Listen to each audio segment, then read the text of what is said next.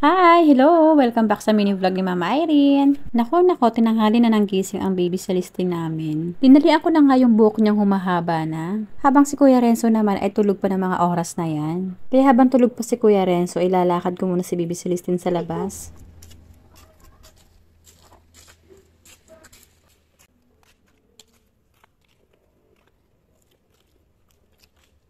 I-flex ko nga lang pala yung tanim kong kamote tsaka kangkong. Padadamihin ko pa nga yan para may pagkunan kami ng mga gulay-gulay.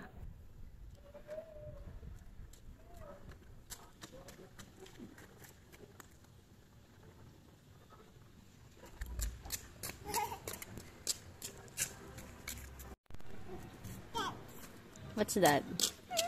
Wow. What's that? What's that? What's that? Pagkabalik nga namin sa loob ng bahay, nagluto ako ng pansit canton. Kinuha ko na nga rin sa ref itong papaya na binigyan ng kapitbahay namin. Nakakatuwa nga kasi meron kami mga kapitbahay na mababae, tapos ka-close pa namin. Tapos nakakatsikahan ko din, o diba, marites yarn. Pero biro, kapag naging mabuti kang tao talaga sa kapwa mo, kabutihan din yung ibabalik sa'yo.